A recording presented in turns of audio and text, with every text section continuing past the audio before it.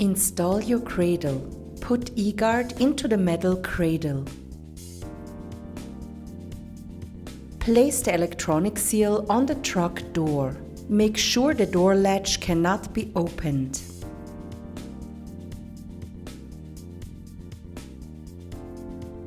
Mark the outside of the cradle with a pen. Closure of the safety seal should have no play. Remove hasp again.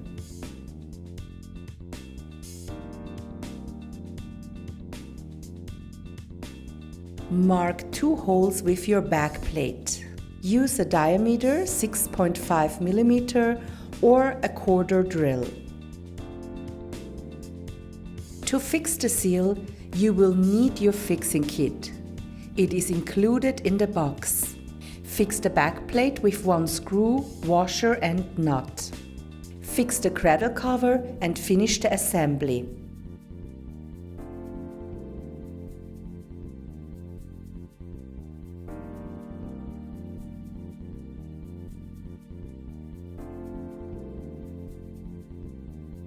Open the plate and click the gray button, Close again.